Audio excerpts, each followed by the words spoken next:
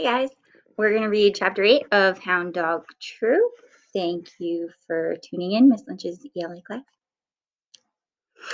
Okay, here we go. All day, Maddie follows Uncle Potluck close, watching, making notes for the posterity people, best she can. Posterity is one of our vocab words. A few times she has to set her notebook aside, looking for helping set helping set up the playhouse in kindergarten and for sink cleaning in the girls' restroom. It is hard writing neat with rubber gloves on. She stays close after work, too. Stays close, finding radio stations in the pickup truck and plucking garden beans and hunting softball pumpkins in the tangle patch. So close, Uncle Potluck turns and bumps her smack into the stone rabbit, toppling both of them to the dirt.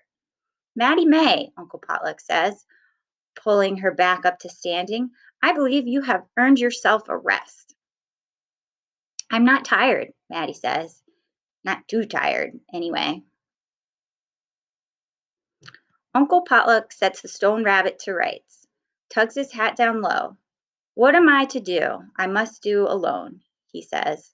Maddie blushes, thinking maybe he means the bathroom, but turns out Uncle Potluck has a report to fill out for Principal Bonnet. As I'm sure you are aware, great writing is a solitary pursuit. That's a good one. That means it's something that's really important. Solitary pursuit. Good word. Okay. Maddie nods. She is aware, and she has writing to do too. Custodial notes she could write down earlier. Okay, she says. Maddie nabs her notebook from its safe spot under the pillow and carries it out to the rise, to Uncle Potluck's rock. She can see Miss Sweet's house from there, its doors all shut and shades pulled down. The yard is quiet. Maddie lays herself flat on the rock, lays the notebook flat too. Custodial wisdom, day 2. 15 times 30. They had been to the cafeteria today.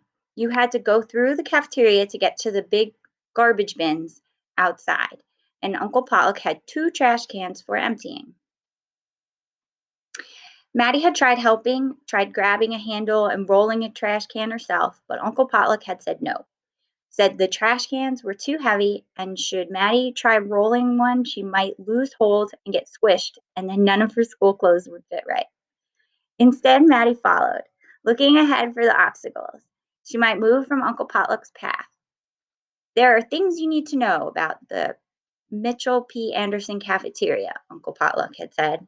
He was right. There were things Maddie needed to know. Tuesdays are pizza days, he said. That's a single compost bucket day. Oh, our school wanted to do a compost bucket. The gourmands of Mitchell P. Anderson favor pizza, and it is the rare lunch tray that has even a crust left for disposal. Spaghetti and meatballs, that's the same. One bucket, tacos, submarine sandwiches, all fine. Uncle Potluck adjusted his grip on a can, then kept rolling.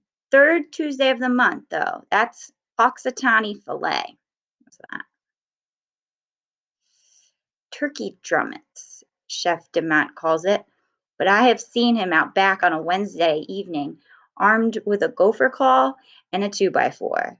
We need 2, maybe 3 buckets on filet day. Maybe we could bring a bag lunch that day too, Maddie said. Why do you think she said that? Probably because she doesn't want to eat the lunch. Anyway, Uncle Potluck winked. Wise choice. Now, could you get that door for me? Maddie scooted around him to open the cafeteria door. It was huge. The cafeteria was, with yellow tables jackknifed in half and pushed against the walls, 15 yellow tables, maybe 30 seats at each, is 450, Maddie writes in her notebook. 450 seats. Seems like that would be enough so everybody has a place. But Maddie knows different. Knows there can be 1,000 seats, and still you might not find the place that you belong. I'm sad not having somewhere to sit. And I believe that's the end of the chapter. All right. Stay tuned for chapter 9.